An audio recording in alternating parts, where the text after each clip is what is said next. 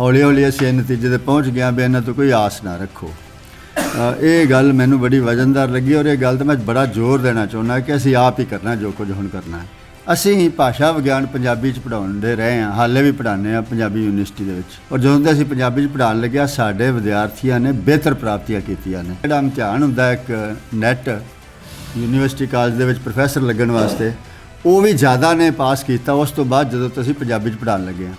और भाषा दे काम लैण वास्ते जिहड़े सानूं काम करन दी लोड़ है, सानू जिहड़ी है समग्री तैयार करने की लोड़ है, पढ़ाने जिहड़े भी काम करने की लोड़ है वो असीं काम करिए। ठीक है, ये उहदे लई कानून बनाइए और फिर उहदे लई आपां समग्री भी तैयार करिए।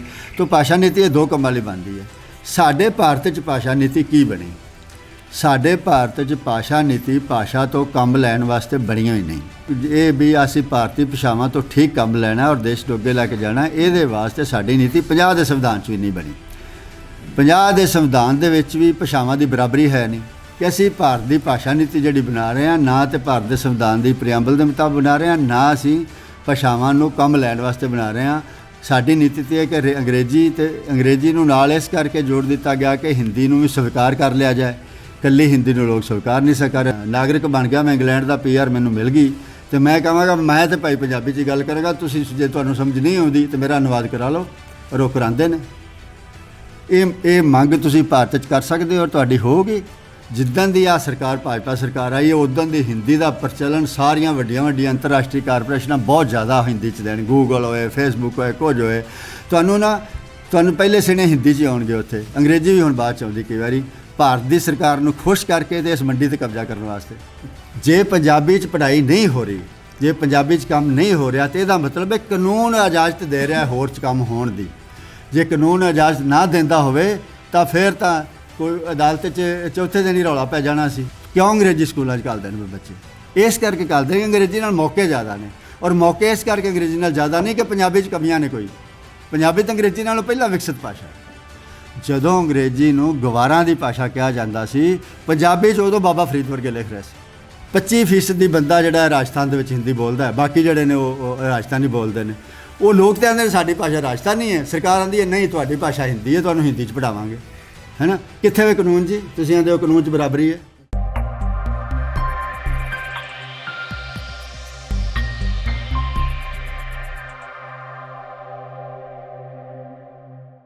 वाहिगुरू जी की फतेह। वाहवा गल्लां हो गई ने और भाषा का मामला इहो जिहा है कि जदों असीं अपने आप नाल भी गल करनी है तो भाषा नाल ही करनी है। तो अपने आप नाल भी गल भाषा बिना नहीं हो सकती।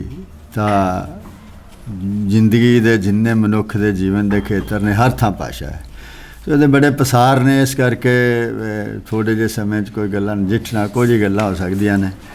मैनू एक गल बड़ी चंगी लगी, सिकंदर सिंह नाल तो करते रहीदा तो बहुत वधिया गल्लां इन्हें कीतियां ने।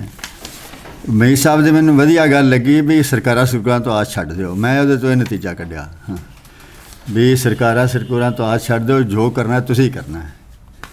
तो मेरा मतलब है कि हुण आपां इस समय दे उस पड़ाव ते पहुँच गए हाँ जिथे हुण सरकारां तो कोई आस नहीं। तो फिर सरकार ते बहुत खर्चा हुंदा है। कितना खर्चा होंदा सरकार के काम काज ते मैं ना आप मंग ये करिए सरकार होनी नहीं चाहिए।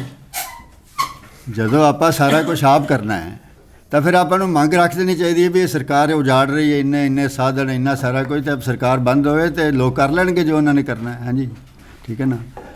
तो ये गल पर इन्हों की वजनदार है कि आप हुण उस पड़ाव ते पहुँच गए हाँ कि जिथे सानू सरकारां तो आस नहीं।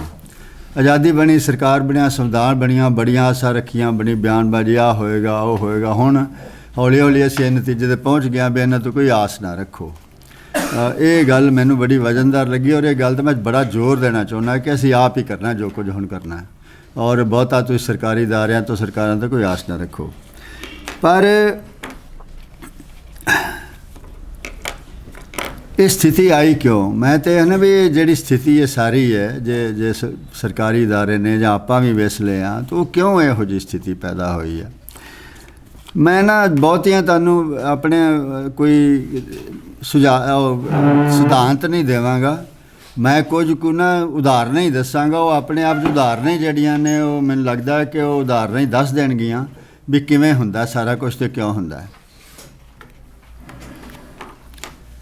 ਇਹ ਖਾਸੀ ਭਾਸ਼ਾ ਹੈ ਭਾਰਤ ਦੀ, ਜਿਹਨੂੰ ਯੂਨੈਸਕੋ ਨੇ ਐਲਾਨ ਕਰਤਾ ਵੀ ਇਹ ਹੁਣ ਮਰਨ ਦੇ ਕੰਢੇ 'ਤੇ ਵੇ। ਉਹਨਾਂ ਨੇ ਕਈ ਪੜਾਅ ਰੱਖੇ ਨੇ, ਔਰ ਮਰਨ ਤੋਂ ਪਹਿਲਾਂ ਦਾ ਜਿਹੜਾ ਪੜਾਅ ਹੈ ਨਾ, ਵੀ ਹੁਣ ਜਿਵੇਂ ਕਹਿੰਦੇ ਨੇ ਵੀ ਆਕਸੀਜਨ ਲੱਗੀ ਪਈ ਹੈ, ਤਾਂ ਉਹ ਕਹਿੰਦੇ ਕਿ ਹੁਣ ਮਰਨ ਦੇ ਕੰਢੇ 'ਤੇ ਵੇ। ਚਲੋ ਯੂਨੈਸਕੋ ਨੇ ਦੱਸਤਾ, ਆਪਣੀ ਰਾਏ ਦੇ ਦਿੱਤੀ, ਲੇਕਿਨ ਜਿਹੜੇ ਖਾਸੀ ਮਣੀਪੁਰ ਦੀ ਸਰਕਾਰ ਸੀ ਉਹਨੇ ਇਸ ਗੱਲ ਵੱਲ ਧਿਆਨ ਕੀਤਾ ਅਤੇ ਖਾਸੀ ਭਾਸ਼ਾ ਨੂੰ ਸਕੂਲਾਂ ਦੇ ਵਿੱਚ ਪੜ੍ਹਾਉਣਾ ਸ਼ੁਰੂ ਕਰ ਦਿੱਤਾ। ਹੁਣ ਯੂਨੈਸਕੋ ਨੇ ਉਹ ਖਾਸੀ ਨੂੰ ਜਿਹੜੀਆਂ ਭਾਸ਼ਾਵਾਂ ਮਰਨ ਦੇ ਕੰਢੇ 'ਤੇ ਉਹਦੇ 'ਚੋਂ ਬਾਹਰ ਕੱਢ ਲਿਆ, ਉਹ ਸੂਚੀ 'ਚੋਂ ਬਾਹਰ ਕੱਢ ਲਿਆ। ਨਾ ਤਾਂ ਕੋਈ ਖਾਸੀ ਸ਼ਹੀਦ ਹੋਇਆ ਉਹਦੇ ਵਾਸਤੇ ਬੰਦਾ, ਕਿ ਖਾਸੀ ਦੇ ਲੋਕਾਂ ਨੇ ਇੰਨੀ ਸ਼ਹਾਦਤ ਦੇ ਦਿੱਤੀ ਹੈ ਅਤੇ ਇਸ ਕਰਕੇ ਖਾਸੀ ਦਾ ਕੁਝ ਬਣ ਗਿਆ ਹੈ। ਸਰਕਾਰ ਨੇ ਇੱਕ ਧਿਆਨ ਕਰ ਲਿਆ ਇਸ ਗੱਲ ਦੇ ਵੱਲ। ਔਰ ਜਿਹੜਾ ਅੱਜ ਦਾ ਜ਼ਮਾਨਾ ਹੈ, ਕਦੀ ਜ਼ਮਾਨਾ ਸੀ ਸਰਕਾਰ ਕਿਧਰੇ ਹੁੰਦੀ ਹੀ ਨਹੀਂ ਸੀ, ਪੰਚਾਇਤ ਦਾ ਹੀ ਫੈਸਲਾ ਹੀ ਕਰਦਾ, ਪੰਚਾਇਤ ਹੀ ਅਦਾਲਤ ਸੀ, ਪੰਚਾਇਤ ਹੀ ਡੀਸੀ ਸੀ, ਪੰਚਾਇਤ ਹੀ ਜਿਹੜੀ ਸੀ ਉਹ ਤੁਹਾਨੂੰ ਪੜ੍ਹਾਈ ਦੇਣ ਵਾਲੀ ਸੀ, ਉੱਥੇ ਹੀ ਪੜ੍ਹਾਈ ਹੁੰਦੀ ਸੀ, ਸਾਰਾ ਕੁਛ ਹੋ ਸੀ। ਲੇਕਿਨ ਹੁਣ ਮਤਲਬ ਸਰਕਾਰ ਬਗੈਰ ਕੁਛ ਹੋ ਨਹੀਂ ਸਕਦਾ। ਪਰ ਦੂਜੀ ਉਦਾਹਰਣ ਹੈ ਕਿ ਕਿਵੇਂ ਹੁੰਦਾ ਹੈ। ਹੀਬਰੂ ਭਾਸ਼ਾ ਦਾ ਨਾਂ ਸਾਰੇ ਜਾਣਦੇ, ਇਜ਼ਰਾਈਲ ਦਾ ਨਾਂ ਸਾਰੇ ਜਾਣਦੇ ਨੇ, ਇਕੱਲਾ ਉਹ ਸਾਰਿਆਂ ਦੇ ਸਾਹਮਣੇ ਡਟਿਆ ਖੜਾ ਉੱਥੇ, ਕਿਸੇ ਕਾਰਨ ਚਲੋ ਉਹ ਕਾਰਨ ਵੱਖਰੀਆਂ ਨੇ। ਹੀਬਰੂ ਭਾਸ਼ਾ ਮਰ ਚੁੱਕੀ ਸੀ, ਜਿਵੇਂ ਆਪਾਂ ਕਹਿੰਦੇ ਨੇ ਸੰਸਕ੍ਰਿਤ ਮਰ ਗਈ ਹੈ, ਅਤੇ ਸੰਸਕ੍ਰਿਤ ਬਲਕਿ ਹਾਲੇ ਕੁਝ ਬੋਲਣ ਵਾਲੇ ਲੱਭ ਜਾਂਦੇ ਨੇ, ਸਿਰਫ ਲਿਖਤਾਂ 'ਚ ਮਿਲਦੀ ਸੀ। ਹੀਬਰੂ ਬੋਲਣ ਵਾਲਾ ਬੰਦਾ ਹੀ ਹੈ ਨਹੀਂ ਸੀ ਕੋਈ। ਹੀਬਰੂ ਕਿਉਂਕਿ ਜਿਹੜੀ ਉਹਨਾਂ ਦੀ ਧਰਮ ਦੀ ਭਾਸ਼ਾ ਸੀ, ਵਿਸ਼ਵਾਸ ਦੀ ਭਾਸ਼ਾ ਸੀ ਇਜ਼ਰਾਈਲੀਆਂ ਦੀ, ਤਾਂ ਉਹਨਾਂ ਨੇ ਕਿਹਾ ਵੀ ਅਸੀਂ ਹੀਬਰੂ ਨੂੰ ਜਿਉਂਦਾ ਕਰਨਾ। ਇਜ਼ਰਾਈਲ ਦੀ ਸਰਕਾਰ ਨੇ ਫੈਸਲਾ ਕਰ ਲਿਆ ਕਿ ਹੀਬਰੂ 'ਚ ਪੜ੍ਹਾਈ ਹੋਏਗੀ ਪਹਿਲੀ ਤੋਂ ਲੈ ਕੇ ਯੂਨੀਵਰਸਿਟੀ ਤੱਕ, ਔਰ ਉਹਦੇ ਵਾਸਤੇ ਸਰਕਾਰ ਨੇ ਸਾਰੀ ਕੋਈ ਤਿਆਰੀ ਕਰਵਾਈ।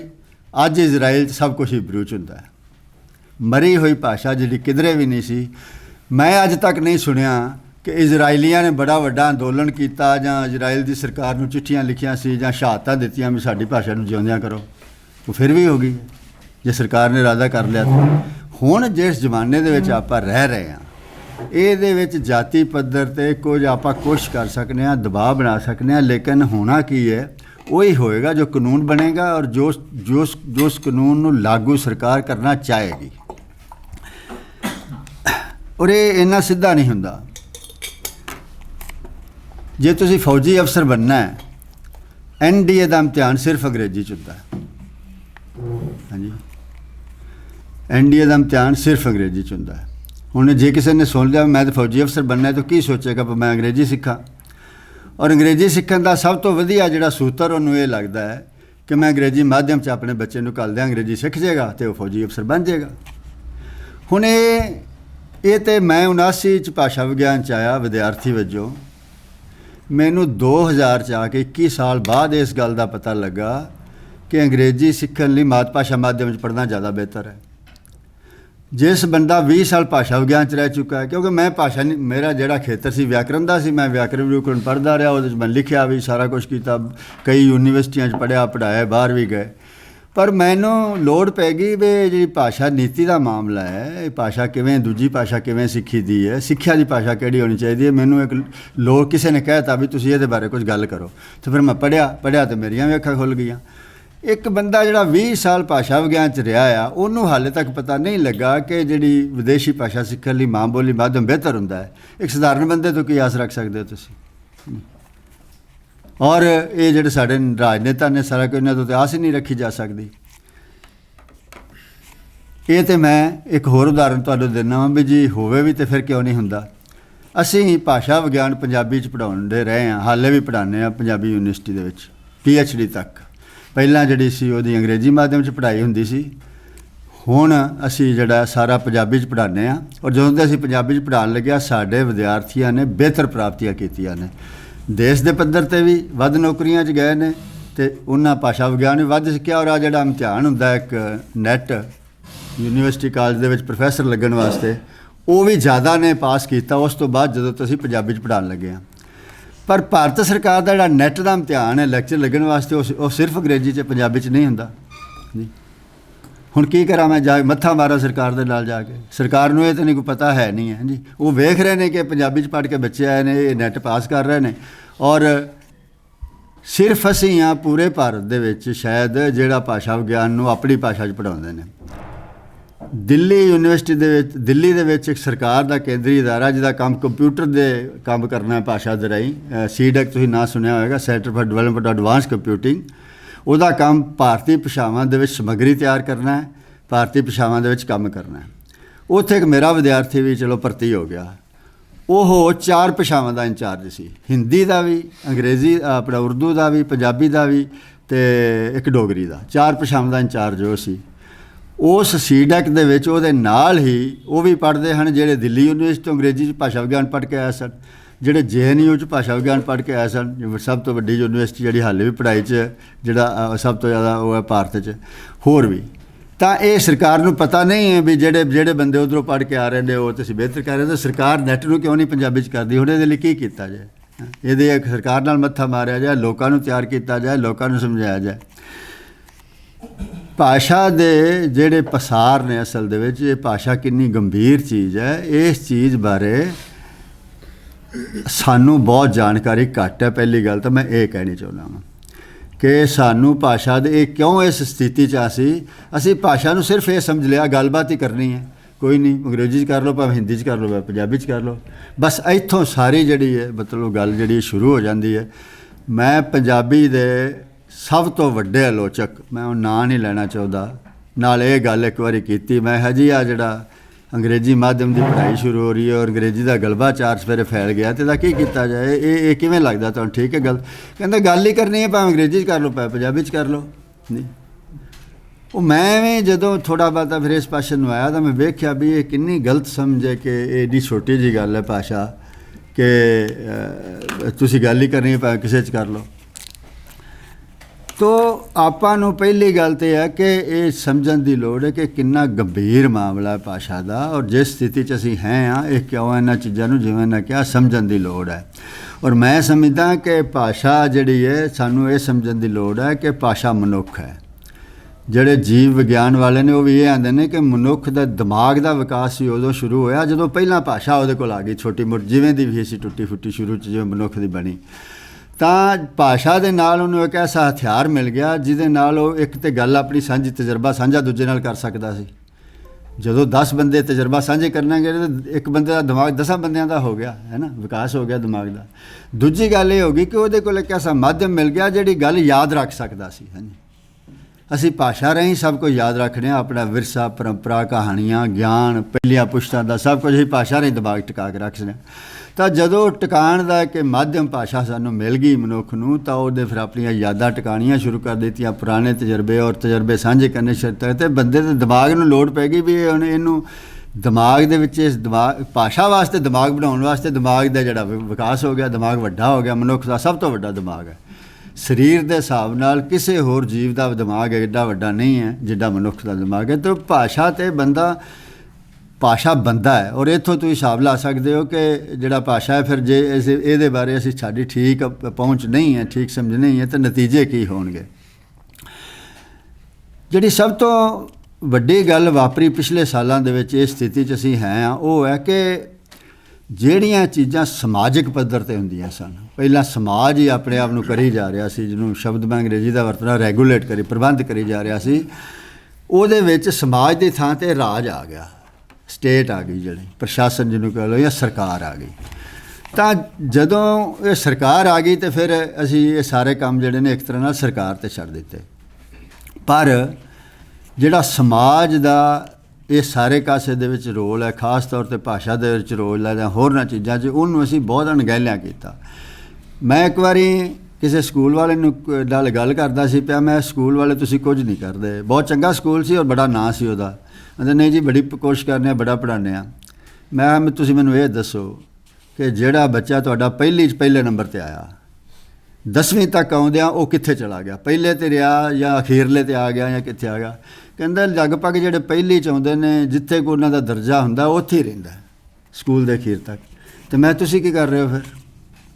ਬੱਚਾ ਨੇ ਤਾਂ ਪਹਿਲੇ ਦਰਜੇ 'ਤੇ ਰਹਿਣਾ ਹੈ, ਵਿਚਕਾਰਲੇ 'ਤੇ ਰਹਿਣਾ ਹੈ, ਅਖੀਰਲੇ 'ਤੇ ਰਹਿਣਾ ਹੈ, ਉਹ ਤਾਂ ਤੈਅ ਹੋ ਕੇ ਆ ਗਿਆ ਬੱਚਾ। ਉਹਦੇ ਤੁਹਾਡੇ ਕੋਲ ਆਉਂਦੇ, ਉਹਨੇ ਪਹਿਲੇ 3 ਮਹੀਨੇ ਬਾਅਦ ਇਮਤਿਹਾਨ ਹੋਇਆ ਤਾਂ ਉਹਨੇ ਆਪਣਾ ਹਰ ਇੱਕ ਬੱਚੇ ਦੀ ਆਪਣੀ ਥਾਂ ਬਣ ਗਈ। ਅਤੇ ਮੈਂ ਬੰਦਾ ਤਾਂ ਸਕੂਲ ਪਿੰਡ ਘਰ ਵਾਲੇ ਬਣਾ ਕੇ ਭੇਜ ਰਹੇ ਨੇ, ਬੰਦਾ ਦੇ ਘਰ ਵਾਲੇ ਬਣਾ ਕੇ ਭੇਜ ਰਹੇ ਨੇ ਕਿ ਇਹਨੇ ਅੱਗੇ ਜਾ ਕੇ ਸਕੂਲ 'ਚ ਪਹਿਲੇ ਦਰਜੇ 'ਚ ਆਉਣਾ, ਤੀਜੇ 'ਚ ਆਉਣਾ, ਚੌਥੇ 'ਚ ਆਉਣਾ, ਕਾਸੇ 'ਚ ਆਉਣਾ।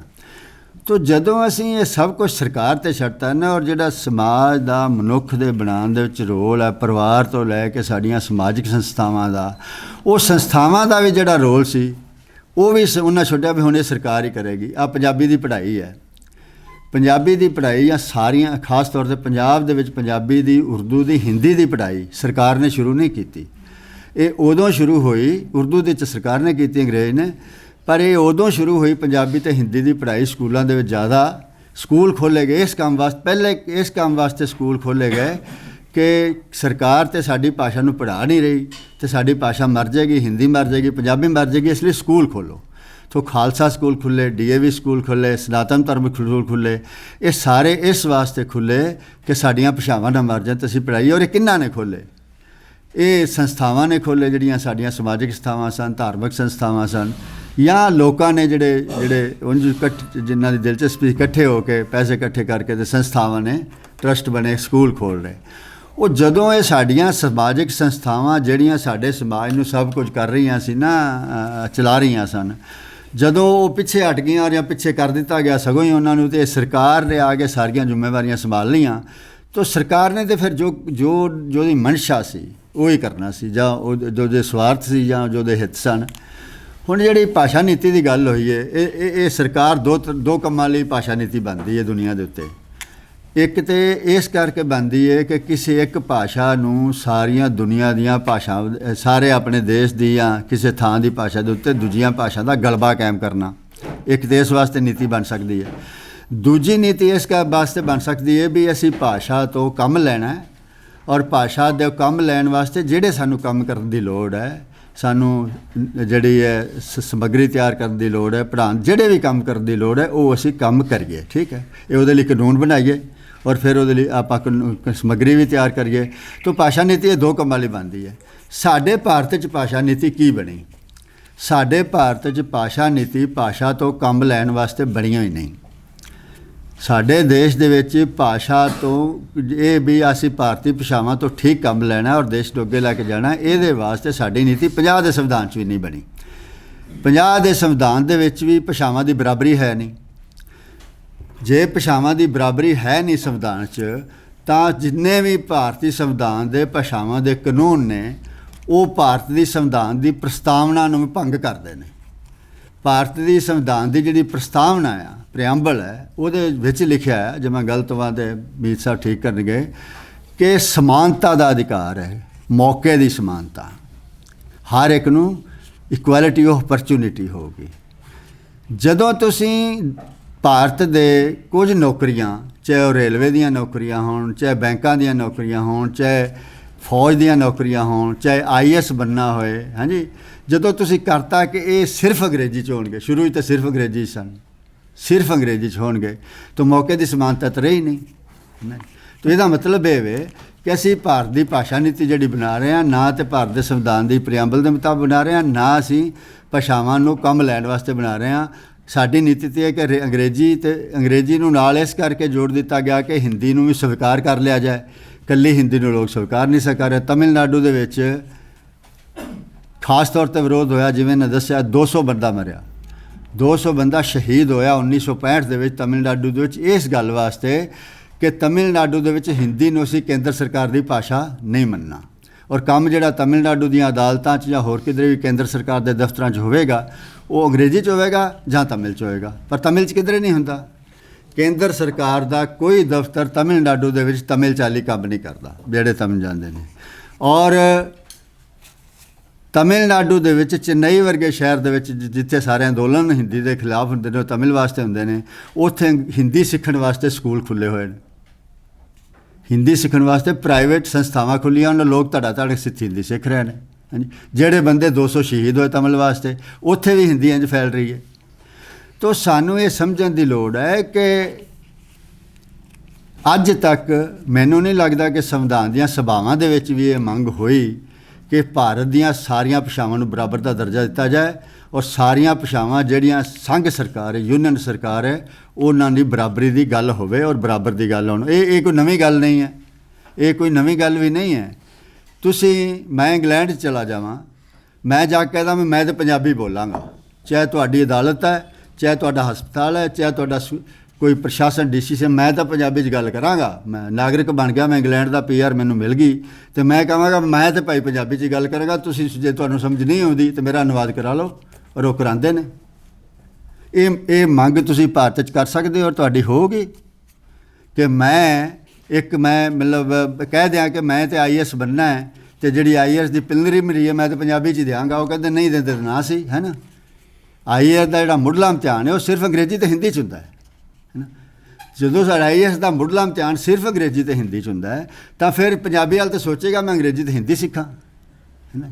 ਔਰ ਸਾਰਾ ਜਿਹੜਾ ਆ ਹੁਣ ਭਾਰਤ ਦੀ ਮੰਡੀ ਐਡੀ ਵੱਡੀ ਹੈ ਕਿ ਮੰਡੀ ਦੇ ਵਿੱਚ ਸਮਾਨ ਵੇਚਣਾ, ਜਿੰਨੀਆਂ ਅੰਤਰਰਾਸ਼ਟਰੀ ਕੰਪਨੀਆਂ ਨੇ ਉਹ ਹੋਰ ਕਿਸੇ ਜਾਣਕਾਰੀ ਦੇਣ ਨਾ ਦੇਣ, ਜਿੱਦਾਂ ਦੀ ਆ ਸਰਕਾਰ ਭਾਜਪਾ ਸਰਕਾਰ ਆਈ ਹੈ ਉੱਦਾਂ ਦੀ ਹਿੰਦੀ ਦਾ ਪ੍ਰਚਲਨ ਸਾਰੀਆਂ ਵੱਡੀਆਂ ਅੰਤਰਰਾਸ਼ਟਰੀ ਕਾਰਪੋਰੇਸ਼ਨਾਂ ਬਹੁਤ ਜ਼ਿਆਦਾ ਹਿੰਦੀ 'ਚ ਦੇਣ। ਗੂਗਲ ਹੋਏ, ਫੇਸਬੁੱਕ ਹੋਏ, ਕੁਝ ਹੋਏ, ਤੁਹਾਨੂੰ ਪਹਿਲੇ ਸਿਣੇ ਹਿੰਦੀ 'ਚ ਆਉਣਗੇ, ਉੱਥੇ ਅੰਗਰੇਜ਼ੀ ਵੀ ਹੁਣ ਬਾਅਦ 'ਚ ਆਉਂਦੀ ਕਈ ਵਾਰੀ, ਭਾਰਤ ਦੀ ਸਰਕਾਰ ਨੂੰ ਖੁਸ਼ ਕਰਕੇ ਤੇ ਇਸ ਮੰਡੀ 'ਤੇ ਕਬਜ਼ਾ ਕਰਨ ਵਾਸਤੇ। ਇਹ ਨਹੀਂ ਕਿ ਉਹਦੇ 'ਚ ਭਾਰਤ ਕੋਈ ਹਿੰਦੀ ਦਾ ਵਿਕਾਸ ਹੋ ਚੱਲਿਆ। ਹਿੰਦੀ ਦਾ ਵਿਕਾਸ ਤਾਂ ਹੋ ਹੀ ਨਹੀਂ ਸਕਦਾ, ਇਹ ਜਿੰਨਾ ਮਰਜ਼ੀ ਜ਼ੋਰ ਲਾ ਲੈਣ। ਆਪਾਂ ਲੱਗਦਾ ਵੀ ਹਿੰਦੀ ਫੈਲ ਰਹੀ ਹੈ, ਔਰ ਇਹ ਹਿੰਦੀ ਦਾ ਗਲਬਾ ਵੀ ਹੈ, ਇਸ ਕਰਕੇ ਆਪਾਂ ਵੀ ਘਰਾਂ ਦੇ ਵਿੱਚ ਲੋਕ ਹਿੰਦੀ ਬੋਲਦੇ ਨੇ। ਪਰ UP 'ਚ ਹਿੰਦੀ ਮਰ ਰਹੀ ਹੈ, ਹਰਿਆਣੇ 'ਚ ਹਿੰਦੀ ਮਰ ਰਹੀ ਹੈ, ਉਸੇ ਤਰ੍ਹਾਂ ਹੀ ਮਰ ਰਹੀ ਹੈ ਜਿਵੇਂ ਪੰਜਾਬ 'ਚ ਪੰਜਾਬੀ ਮਰ ਰਹੀ ਹੈ।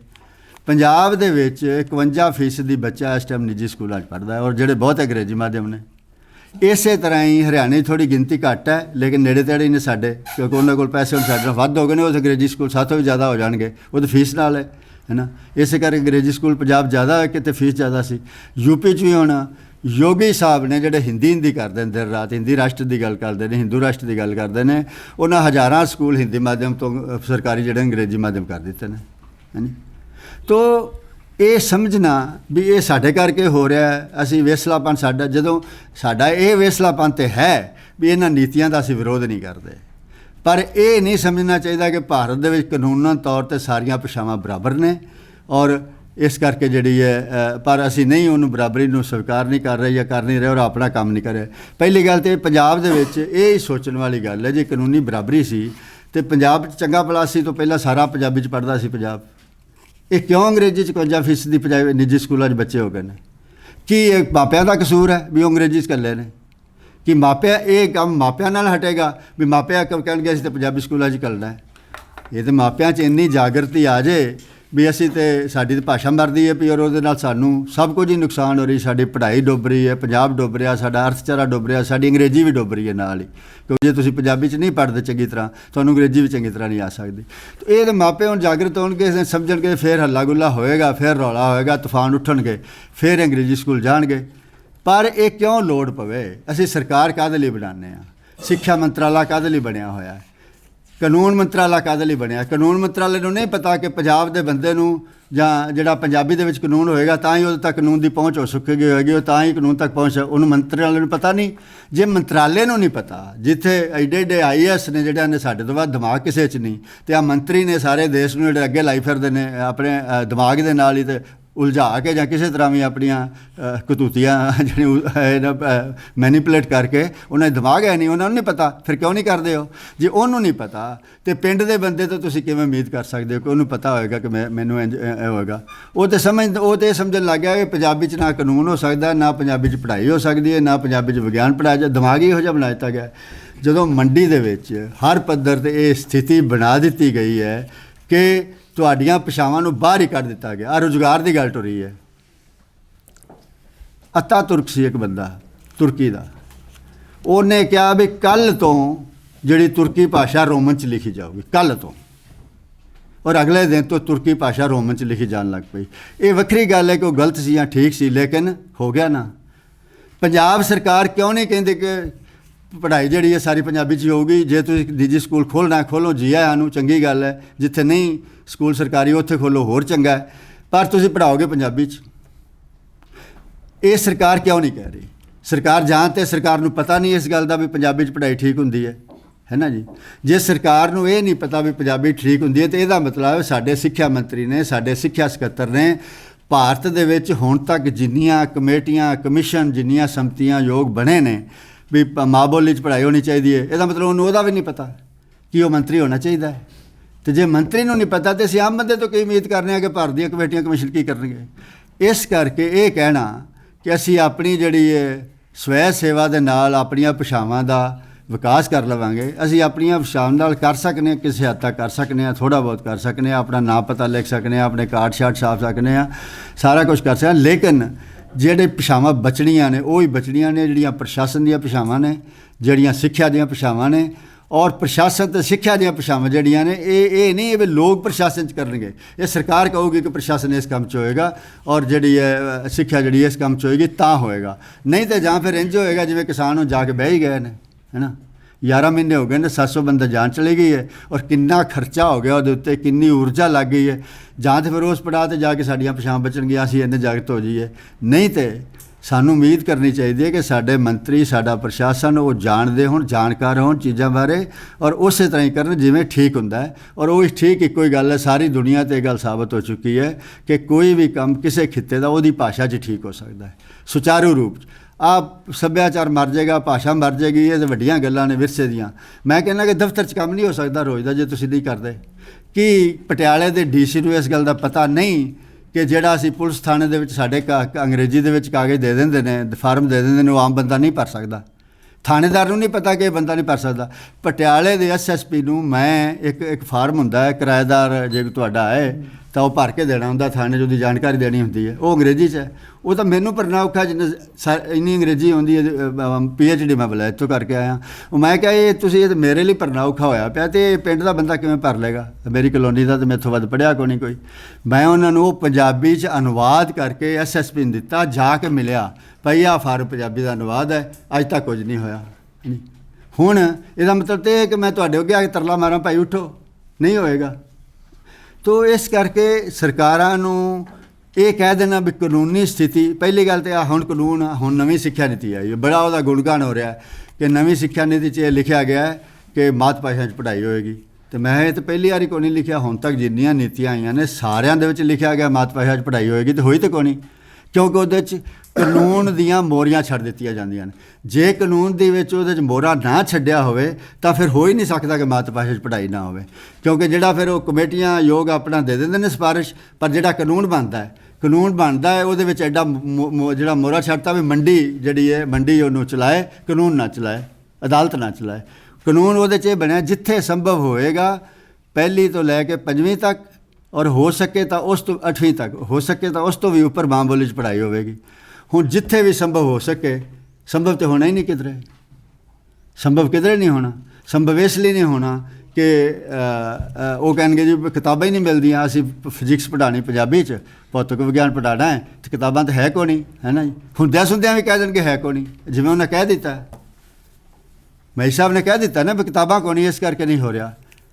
ਪੰਜਾਬੀ ਯੂਨੀਵਰਸਿਟੀ ਨੇ ਜਿੰਨੇ ਵੀ, ਚਾਹੇ ਕੈਮਿਸਟਰੀ ਰਸਾਇਣ ਵਿਗਿਆਨ ਹੈ, ਚਾਹੇ ਭੌਤਿਕ ਵਿਗਿਆਨ ਹੈ, ਚਾਹੇ ਭਾਸ਼ਾ ਵਿਗਿਆਨ ਹੈ, ਈਵਨ ਜੀਵ ਵਿਗਿਆਨ ਤੱਕ, ਬਹੁਤੇ ਵਿਗਿਆਨਾਂ ਦੇ ਵਿਸ਼ੇ ਲਈ BSc ਪੱਧਰ ਦੀਆਂ ਕਿਤਾਬਾਂ ਹਰ ਇੱਕ ਵਿਸ਼ੇ ਦੀਆਂ ਤਿਆਰ ਪਈਆਂ ਹੋਈਆਂ ਨੇ। ਔਰ ਮੈਂ ਜ਼ਿੰਮੇਵਾਰੀ ਨਾਲ ਕਹਿ ਰਿਹਾ, ਇੱਥੇ ਹੀ ਚੰਡੀਗੜ੍ਹ 'ਚ ਮੈਂ ਭਾਸ਼ਣ ਦਿੰਦਾ ਆਪਣਾ ਚੰਡੀਗੜ੍ਹ, ਅਤੇ ਮੈਂ ਕਿਤਾਬਾਂ ਦੀ ਗੱਲ ਛਿੜੀ ਅਤੇ ਇੱਕ ਪ੍ਰੋਫੈਸਰ ਅਗਰਵਾਲ ਸਨ, ਪੰਜਾਬੀ ਯੂਨਿਟ ਤੋਂ ਰਿਟਾਇਰ ਹੋਏ, ਉਹ ਐਡੀ ਸਾਰੀ ਇੱਕ ਫਿਜ਼ਿਕਸ ਦੀ ਕਿਤਾਬ ਪੰਜਾਬੀ 'ਚ ਚੁੱਕ ਲਿਆ ਹੈ। ਉਹ ਕਹਿੰਦੇ ਦੁਨੀਆ ਦੀ ਭੌਤਿਕ ਵਿਗਿਆਨ ਦੀ ਇਹ ਸਭ ਤੋਂ ਵਧੀਆ ਕਿਤਾਬ ਹੈ। ਔਰ ਇਹ ਦੋ ਨੇ ਮੈਂ ਚੁੱਕ ਨਹੀਂ ਸਕਦਾ, ਮੇਰੀ ਉਮਰ ਸੀ, ਅਤੇ ਮੈਂ ਇੱਕ ਲੈ ਆਇਆ, ਇਹਦੇ ਸਾਰੀ BSc ਤੱਕ ਦਾ ਭੌਤਿਕ ਵਿਗਿਆਨ ਹੈ। ਕੀ ਕਿਤਾਬਾਂ ਕਰਕੇ ਨਹੀਂ ਹੋ ਰਿਹਾ? ਇਹ ਔਰ ਭਾਸ਼ਾ ਵਿਗਿਆਨ ਮੈਂ ਤੁਹਾਨੂੰ ਦੱਸਿਆ ਹੀ ਹੈ, ਕੋਈ ਸਮੱਸਿਆ ਨਹੀਂ, ਸਾਡੇ ਬੱਚੇ ਪੜ੍ਹ ਰਹੇ ਨੇ, PhD ਤੱਕ ਕਰ ਰਹੇ ਨੇ। ਲੇਕਿਨ ਭਾਰਤ ਸਰਕਾਰ ਨੀਟ ਦਾ ਇਮਤਿਹਾਨ ਜਿਹੜਾ ਉਹ ਨੈੱਟ ਦਾ ਇਮਤਿਹਾਨ ਜਿਹੜਾ ਲੈਣ ਨੂੰ ਤਿਆਰ ਨਹੀਂ ਸੀ। ਆਹ ਨੀਟ, ਪੰਜਾਬ ਸਰਕਾਰ ਨੂੰ 50 ਮੈਂ ਚਿੱਠੀਆਂ ਲਿਖੀਆਂ, ਬੰਦਿਆਂ ਨੂੰ ਮਿਲਿਆ ਵੀ ਪੰਜਾਬ ਸਰਕਾਰ ਨੇ ਸਿਰਫ ਚਿੱਠੀ ਲਿਖਣੀ ਹੈ ਕਿ ਸਾਡਾ ਜਿਹੜਾ ਮੈਡੀਕਲ ਦਾ ਇਮਤਿਹਾਨ ਹੈ, ਡਾਕਟਰੀ ਦਾ ਨੀਟ ਹੈ, ਇਹ ਪੰਜਾਬੀ 'ਚ ਵੀ ਹੋਵੇ। ਸਰਕਾਰ ਨੇ ਚਿੱਠੀ ਤੱਕ ਨਹੀਂ ਲਿਖੀ। ਆ ਹੁਣ ਜਾ ਕੇ ਉਹ ਵੀ ਰੌਲੇ ਰੂਲੇ ਪਏ ਨੇ, ਅਤੇ ਉਹ ਤਾਂ ਜਾ ਕੇ ਹੁਣ ਨੀਟ ਫਿਰ ਇਸ ਵਾਰੀ ਪੰਜਾਬੀ 'ਚ ਵੀ ਜਿਹੜਾ ਉਹਦਾ ਇਮਤਿਹਾਨ ਹੋਇਆ। ਪਹਿਲਾਂ ਸਿਰਫ ਅੰਗਰੇਜ਼ੀ 'ਚ ਹੁੰਦਾ ਸੀ, ਫਿਰ ਨਾਲ ਹਿੰਦੀ ਜੋੜ ਦਿੱਤੀ, ਫਿਰ ਹੌਲੀ ਹੌਲੀ ਜਿਉਂ ਲੋਕਾਂ ਨੂੰ ਆ ਜਿਵੇਂ ਸ਼ੋਰਗੁਲ ਹੁੰਦਾ ਹੈ ਵੀ ਜੇ ਸਰਕਾਰ ਨੂੰ ਹੀ ਸਮਝ ਸੀ ਜਾਂ ਸਰਕਾਰ ਦੀ ਇੱਛਾ ਸੀ, ਫਿਰ ਤਾਂ ਪਹਿਲੇ ਦਿਨ ਤੋਂ ਸਾਰੀਆਂ ਭਾਸ਼ਾਵਾਂ 'ਚ ਕਰਦੇ। ਇਹ ਜਿਹੜਾ 10-11 ਭਾਸ਼ਾਵਾਂ 'ਚ ਐਤਕਾਂ ਨੀਟ ਹੋਇਆ, ਕਿਵੇਂ ਹੋਇਆ? ਇਹ ਲੋਕਾਂ ਨੇ ਕਰਵਾਇਆ ਹੈ। ਜੇ ਪੰਜਾਬੀ 'ਚ ਵੀ ਨੀਟ ਹੋਇਆ ਤੇ ਇਹ ਪੰਜਾਬ ਸਰਕਾਰ ਕਰਕੇ ਨਹੀਂ ਹੋਇਆ। ਇਹ ਪੰਜਾਬ ਦੇ ਵਿੱਚ ਪੰਜਾਬੀ ਭਾਸ਼ਾ ਵਾਸਤੇ ਜਿਹੜਾ ਲੇਖਕ ਸਭਾਵਾਂ, ਜਿਹੜੇ ਵੱਖ-ਵੱਖ ਸੰਗਠਨ, ਜਿਹੜੇ ਵੱਖ-ਵੱਖ ਲੋਕ ਜਿਹੜੇ ਨੇ, ਇੱਥੇ ਚੌਥੇ ਦਿਨ ਚੰਡੀਗੜ੍ਹ ਧਰਨਾ ਲੱਗਾ ਹੁੰਦਾ ਪੰਜਾਬੀ ਭਾਸ਼ਾ ਦੇ ਵਾਸਤੇ। ਆ ਪੰਜਾਬੀ ਮੰਚ ਵਾਲੇ ਪਿਛਲੇ 3 ਮਹੀਨਿਆਂ 'ਚ ਮੇਰੇ 4 ਵਾਰੀ ਇੱਥੇ ਕਿੱਡੇ ਇਕੱਠ ਕਰ ਚੁੱਕੇ ਨੇ, ਉਹਨਾਂ ਕਰਕੇ ਹੋਇਆ। ਔਰ ਇਹ ਸਾਨੂੰ ਹੋਰ ਵੱਧ ਕਰਨਾ ਪਏਗਾ। ਤਾਂ ਮੈਂ ਹੁਣ ਬਹੁਤਾ ਸਮਾਂ ਨਾ ਲਵਾਂ, ਗੱਲਾਂ ਬਹੁਤ ਹੋਈਆਂ ਨੇ। ਪਹਿਲੀ ਗੱਲ ਤਾਂ ਇਹ ਕਿ ਭਾਰਤ ਸਰਕਾਰ ਦੀ ਨਾ ਪੰਜਾਬ ਸਰਕਾਰ ਦੀ ਕੋਈ ਮਨਸ਼ਾ ਹੈ ਕਿ ਪੰਜਾਬੀ 'ਚ ਕੰਮ ਹੋਵੇ। ਕਾਨੂੰਨ ਦੇ ਵਿੱਚ ਐਡੇ ਮੋਰੇ ਛੱਡੇ ਹੋਏ ਨੇ। ਆ ਜਿਹੜਾ 2008 ਦਾ ਕਾਨੂੰਨ, 1967 ਦਾ ਕਾਨੂੰਨ, 2008 ਵਾਲੀ ਸੋਧ ਹੈ, ਉਹਦੇ ਵਿੱਚ ਇਹ ਗੱਲ ਹੈ ਹੀ ਨਹੀਂ ਕਿ ਪੰਜਾਬ ਦਾ ਕੰਮ ਪੰਜਾਬੀ 'ਚ ਹੋਵੇ। Official correspondence will be in Punjabi, ਆ ਸ਼ਬਦ ਹੈ। ਸਰਕਾਰੀ ਡਾਕ ਪੱਤਰ ਪੰਜਾਬੀ 'ਚ ਹੋਏਗਾ, ਕੰਮਕਾਜ ਕਿਧਰ ਲਿਖਿਆ ਹੀ ਨਹੀਂ। ਤੁਸੀਂ ਅਦਾਲਤ ਚਲੇ ਜਾਓ, ਅਦਾਲਤ ਚਲੇ ਜਾਓ, ਹਾਈ ਕੋਰਟ ਉਹ ਕਹਿ ਦੋਗੇ ਜੇ ਤੁਹਾਨੂੰ ਚਿੱਠੀ ਪੰਜਾਬੀ 'ਚ ਨਹੀਂ ਆਈ ਤਾਂ ਅਸੀਂ ਕਹਿੰਦੇ ਹਾਂ ਸਰਕਾਰ ਨੂੰ ਵੀ ਚਿੱਠੀ ਪੰਜਾਬੀ ਲਿਖੋ। ਜੇ ਪੰਜਾਬ ਦੀ ਸਰਕਾਰ ਦਫ਼ਤਰ ਦੇ ਵਿੱਚ ਰਜਿਸਟਰ ਦਾ ਕੰਮ ਅੰਗਰੇਜ਼ੀ 'ਚ ਕਰ ਰਹੀ ਹੈ, ਤੁਸੀਂ ਰੋਕ ਨਹੀਂ ਸਕਦੇ ਉਹਨੂੰ। ਔਰ 3A ਜਿਹੜੀ 1967 ਵਾਲੀ, ਜਿੰਨਾ ਚਿਰ 3A ਭੰਗ ਨਹੀਂ ਹੁੰਦੀ, ਪੰਜਾਬ ਦੇ ਵਿੱਚ ਅੰਗਰੇਜ਼ੀ ਤੋਂ ਕੰਮ ਹਟਾਇਆ ਹੀ ਨਹੀਂ ਜਾ ਸਕਦਾ। ਕੀ 2008 ਦੇ ਵਿੱਚ 3A ਭੰਗ ਹੋਈ ਹੈ? ਉਹਦੇ 'ਚ ਲਿਖਿਆ ਹੋਇਆ ਕਿ ਸਰਕਾਰ ਜਿਵੇਂ ਚਾਹੇ ਜਿਹੜੀ ਅੰਗਰੇਜ਼ੀ ਦੇ ਵਿੱਚ ਇਹਦੇ 'ਚ ਇਹ ਨਾਲ ਅੰਗਰੇਜ਼ੀ ਨੂੰ ਜਾਰੀ ਰੱਖ ਸਕਦੀ ਹੈ। ਹਾਂਜੀ, 3A 1967 ਵਾਲੀ ਜਿਹੜੀ, ਮੈਨੂੰ 3A ਇਹ ਸ਼ਾਇਦ ਮੈਂ ਨੰਬਰ ਉਹਦਾ ਭੁੱਲ ਨਾ ਗਿਆ ਹੋਵਾਂ। ਤਾਂ ਇਸ ਕਰਕੇ ਜੇ ਪੰਜਾਬੀ 'ਚ ਪੜ੍ਹਾਈ ਨਹੀਂ ਹੋ ਰਹੀ, ਜੇ ਪੰਜਾਬੀ 'ਚ ਕੰਮ ਨਹੀਂ ਹੋ ਰਿਹਾ, ਤਾਂ ਇਹਦਾ ਮਤਲਬ ਹੈ ਕਾਨੂੰਨ ਇਜਾਜ਼ਤ ਦੇ ਰਿਹਾ ਹੋਰ 'ਚ ਕੰਮ ਹੋਣ ਦੀ। ਜੇ ਕਾਨੂੰਨ ਇਜਾਜ਼ਤ ਨਾ ਦਿੰਦਾ ਹੋਵੇ ਤਾਂ ਫਿਰ ਤਾਂ ਕੋਈ ਅਦਾਲਤ 'ਚ ਚੌਥੇ ਦਿਨ ਹੀ ਰੌਲਾ ਪੈ ਜਾਣਾ ਸੀ। ਕਲਰਕ ਹੀ ਆਖ ਦਿੰਦੇ ਨੇ ਜੀ ਕਾਨੂੰਨ ਸਾਨੂੰ ਇਜਾਜ਼ਤ ਨਹੀਂ ਦਿੰਦਾ। ਕਰਦਾ ਕਿੰਨਾ ਕੋਈ ਕੰਮ ਬਿਨਾਂ ਕਾਨੂੰਨ ਦੀ ਇਜਾਜ਼ਤ। ਉਹ ਤਾਂ ਵੇਖਦੇ ਨੇ ਵੀ ਜਿਹੜਾ ਨਹੀਂ ਹੋ ਸਕਦਾ ਉੱਥੇ ਵੀ ਕਾਨੂੰਨ ਲਾਗੂ ਕਰਦੇ ਨੇ। ਤੋ ਇਸ ਕਰਕੇ ਆ ਹੁਣ ਅੰਗਰੇਜ਼ੀ ਮਾਧਿਅਮ ਕਿੱਥੋਂ ਆ ਗਿਆ? ਇਹ ਬਿਨਾਂ ਕਾਨੂੰਨ ਤੋਂ ਆ ਗਿਆ ਕੋਈ। ਜਦੋਂ ਭਾਰਤ ਸਰਕਾਰ ਨੇ ਇਹ ਕਾਨੂੰਨ ਰੱਦ ਕਰ, ਇਹ ਜਿਹੜਾ ਸਿੱਖਿਆ ਦਾ ਖੇਤਰ ਸੀ, ਇਹ ਖੇਤਰ ਸੀ ਆਪਣਾ ਰਾਜਾਂ ਦਾ ਖੇਤਰ ਸੀ। ਸਿੱਖਿਆ ਦੇ ਖੇਤਰ ਨੂੰ ਕੇਂਦਰ ਦੇ ਸਾਂਝੀ ਸੂਚੀ 'ਚ ਲੈ ਗਏ, ਕੰਕਰੈਂਟ ਲਿਸਟ ਦੇ ਵਿੱਚ। ਜਿਸ ਦਿਨ ਸਿੱਖਿਆ ਦਾ ਕਿਸੇ ਸਾਂਝੀ ਸੂਚੀ 'ਚ ਚਲਾ ਗਿਆ, ਉਸੇ ਦਿਨ CBSE ਦਾ ਇੱਥੇ ਹੁਣ ਦਾ ਮੁੱਢ ਵੱਜ ਗਿਆ। ਔਰ CBSE ਸਾਰਾ ਜਿਹੜਾ ਅੰਗਰੇਜ਼ੀ ਦਾ ਕਰ ਰਿਹਾ। ਪੰਜਾਬ ਦੇ ਵਿੱਚੋਂ ਕਿਸੇ ਲੇਖਕ ਸਭਾ ਨੇ, ਪੰਜਾਬ ਦੇ ਵਿੱਚੋਂ ਕਿਸੇ ਸੰਗਠਨ ਨੇ, ਕਿਸੇ ਭਾਸ਼ਾ ਭਾਗ ਨੇ, ਕਿਸੇ ਯੂਨੀਵਰਸਿਟੀ ਨੇ, ਕਿਸੇ ਨੇ ਮੰਗ ਕੀਤੀ ਸੀ ਵੀ ਸਿੱਖਿਆ ਨੂੰ ਤੁਸੀਂ ਸਾਂਝੀ ਸੂਚੀ 'ਚ ਲੈ ਜਾਓ? ਕੀਤੀ ਕਿਸੇ ਮੰਗ? ਵਿਰੋਧ ਹੀ ਹੋਇਆ ਨਾ। ਇਸ ਗੱਲ ਦੇ ਖਿਲਾਫ ਕਿੰਨਾ ਬੋਲਿਆ ਗਿਆ। ਸਰਕਾਰ ਉਸ ਖਿਲਾਫ ਦਾ ਕੋਈ ਧਿਆਨ ਨਹੀਂ ਕਰ ਰਹੀ, ਲੇਕਿਨ ਕਿਸੇ ਵੀ ਮੰਗ ਨਹੀਂ ਕੀਤੀ। ਜਿਵੇਂ ਖੇਤੀ ਕਾਨੂੰਨ ਵਾਲੇ ਕਹਿੰਦੇ ਸੀ ਤਾਂ ਮੰਗੇ ਕੋਈ ਨਹੀਂ, ਬਿਨਾਂ ਮੰਗ ਤੋਂ ਸਾਂਝੀ ਸੂਚੀ 'ਚ ਲੈ ਗਏ। ਇਸ ਕਰਕੇ ਜੇ ਤੁਸੀਂ ਆਪਾਂ ਠੀਕ ਹੈ ਸਾਰਿਆਂ ਦਾ, ਹੁਣ ਪੰਜਾਬੀ ਯੂਨੀਵਰਸਿਟੀ ਬਣੀ, ਬੜਾ ਕੁਝ ਪੰਜਾਬੀ 'ਚ ਹੋਇਆ। ਹਾਂਜੀ, 3000 ਕਿਤਾਬਾਂ ਪੰਜਾਬੀ ਛਾਪੀਆਂ ਨੇ ਪੰਜਾਬੀ ਯੂਨੀਵਰਸਿਟੀ ਨੇ। 3000 ਕਿਤਾਬਾਂ, ਮਤਲਬ ਟਾਈਟਲ, ਇਹ ਨਹੀਂ ਗਿਣਤੀ 3000। ਉਹਦੇ 'ਚ ਬਹੁਤੀਆਂ ਪੰਜਾਬੀ 'ਚ ਨੇ, ਥੋੜ੍ਹੀਆਂ ਅੰਗਰੇਜ਼ੀ ਜਾਂ, ਔਰ ਦੁਨੀਆ ਭਰ ਦੇ ਅਨੁਵਾਦ ਨੇ ਉਹਦੇ ਵਿੱਚ, ਉਹਦੇ ਵਿਗਿਆਨ ਦੇ ਵੀ ਨੇ।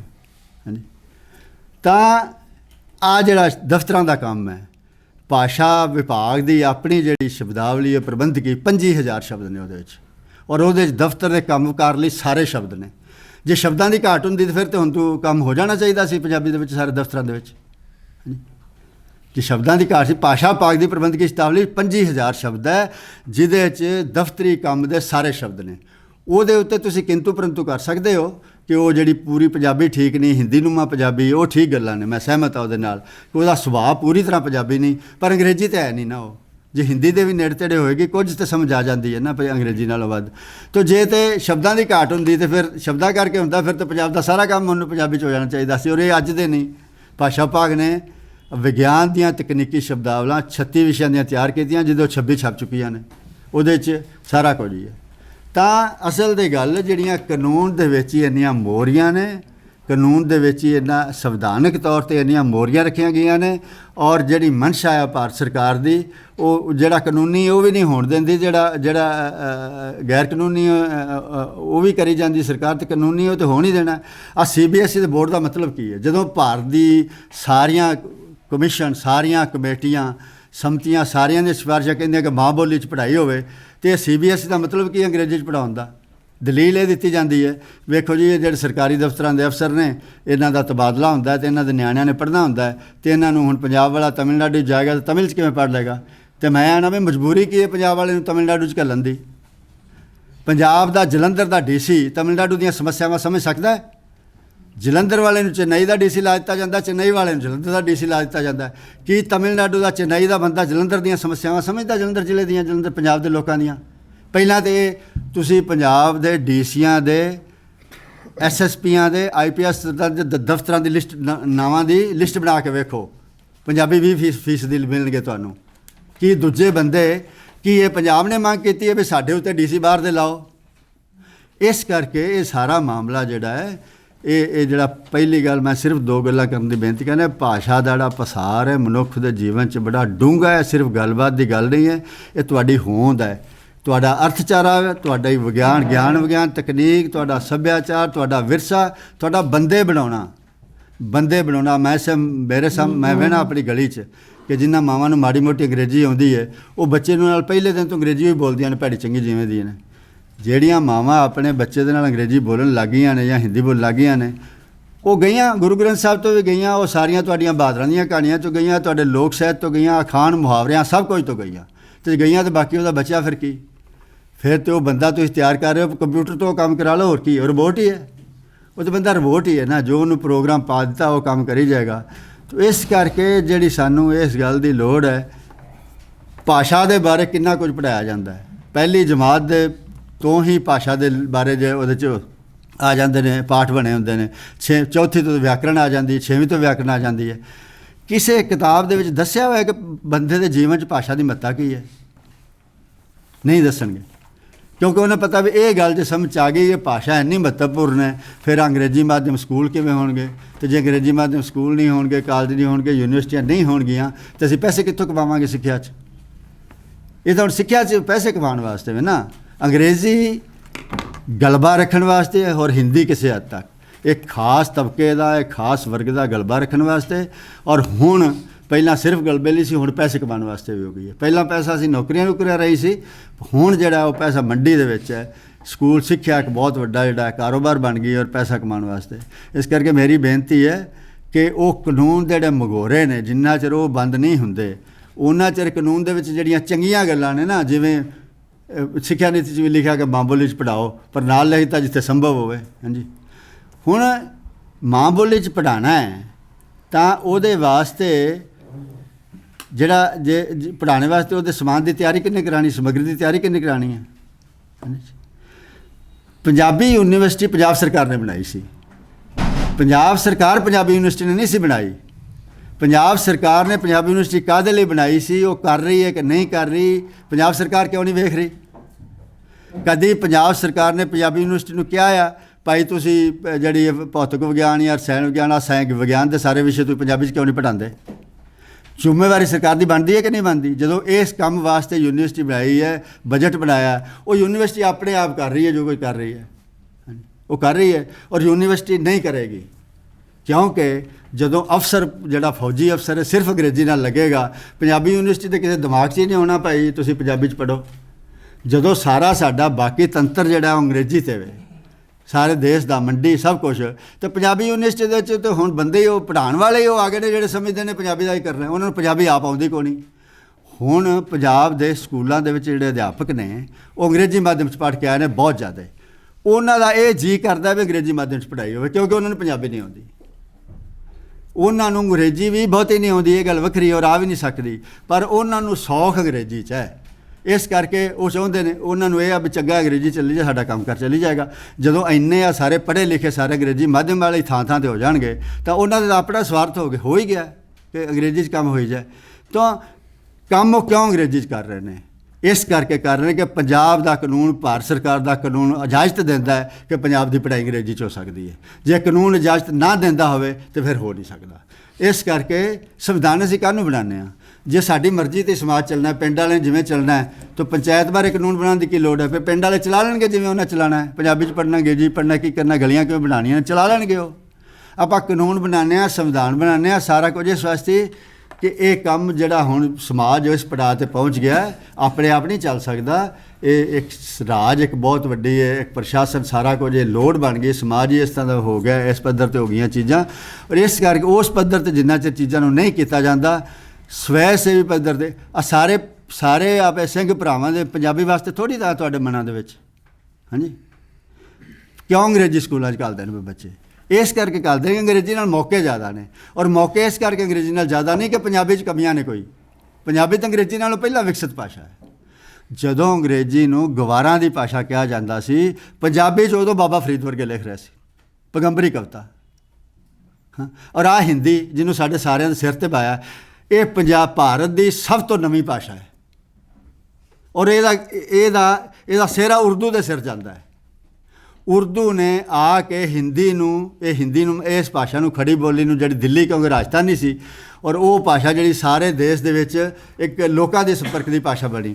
ਪਹਿਲਾਂ ਸੰਪਰਕ ਦੀ ਭਾਸ਼ਾ ਸੰਸਕ੍ਰਿਤ ਜਾਂ ਪ੍ਰਾਕ੍ਰਿਤ ਉਹ ਹੁੰਦੀਆਂ ਸੀ ਬਰਾਜ ਬਰੁਜ, ਪਰ ਉਹ ਵਿਦਵਾਨ ਬੋਲਦੇ ਸਨ, ਆਮ ਬੰਦੇ ਆਪਣੀ ਬੋਲਦੇ ਸੀ। ਰਾਜਸਥਾਨੀ ਵਾਲਾ ਰਾਜਸਥਾਨੀ ਬੋਲਦਾ ਹੈ। ਆਹੋ, ਇਹ ਆਉਂਦੇ ਨੇ ਕਾਨੂੰਨ 'ਚ ਸਭ ਕੁਛ ਬਰਾਬਰੀ ਹੈ। ਰਾਜਸਥਾਨੀ ਕਿੱਧਰੋਂ ਹਿੰਦੀ ਦੀ ਉਪ ਬੋਲੀ ਹੈ।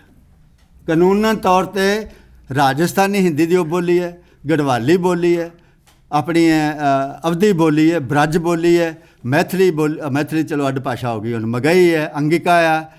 ਔਰ ਇਹ ਜਿਨ੍ਹਾਂ ਦੇ ਮੈਂ ਤੁਹਾਨੂੰ ਨਾਂ ਲੈ ਰਿਹਾ, ਇਹ ਐਸ ਹਿੰਦੀ ਤੋਂ ਸਭ ਤੋਂ ਪੁਰਾਣੀਆਂ ਭਾਸ਼ਾਵਾਂ ਨੇ, ਔਰ ਉਹਨਾਂ ਪੁਰਾਣਾ ਸਾਹਿਤ ਹੈ ਹਿੰਦੀ ਤੋਂ। ਇਹ ਬਿਨਾਂ ਕਾਨੂੰਨ ਤੋਂ ਹਿੰਦੀ ਕਿਵੇਂ ਆ ਗਈ ਇੱਥੇ? ਲੋਕਾਂ ਨੇ ਲਿਆਂਦੀ ਹੈ। ਡੋਗਰੀ, ਦੁਨੀਆ ਦਾ ਕੋਈ ਭਾਸ਼ਾ ਵਿਗਿਆਨੀ ਡੋਗਰੀ ਨੂੰ ਵੱਖਰੀ ਭਾਸ਼ਾ ਨਹੀਂ ਪੰਜਾਬੀ ਤੋਂ ਮੰਨਦਾ। ਭਾਰਤ ਸਰਕਾਰ ਨੇ ਡੋਗਰੀ ਨੂੰ ਵੱਖਰੀ ਭਾਸ਼ਾ ਬਣਾ ਦਿੱਤਾ ਹੋਇਆ। ਅੱਜ ਤੁਹਾਡੇ ਸਾਹਮਣੇ ਸਰਕਾਰੀ ਭਾਸ਼ਾ ਨੂੰ 22 ਜਿਹੜੀਆਂ ਨੇ ਉਹਦੇ 'ਚ।